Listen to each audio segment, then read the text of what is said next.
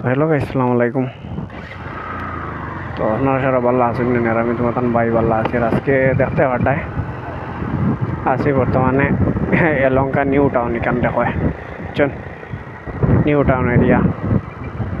আর তুমি তো সারা ভালো আছো। আর আজকে আছে মোটামুটি